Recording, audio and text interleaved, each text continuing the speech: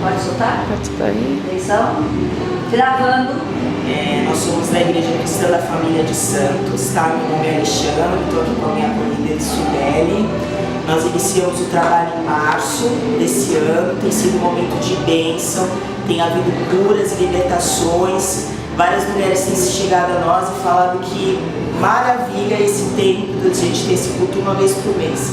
Então tem sido realmente um novo momento ali na nossa igreja. O Senhor tem vindo prodígios e maravilhas.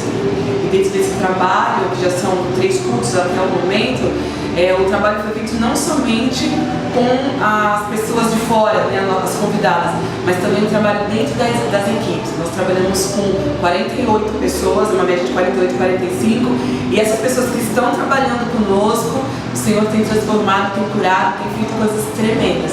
Então está sendo um tempo novo para a Cristã Família de Santos, tem sido bênção mesmo, que a gente possa continuar e que possa multiplicar, em nome de Jesus. Beleza.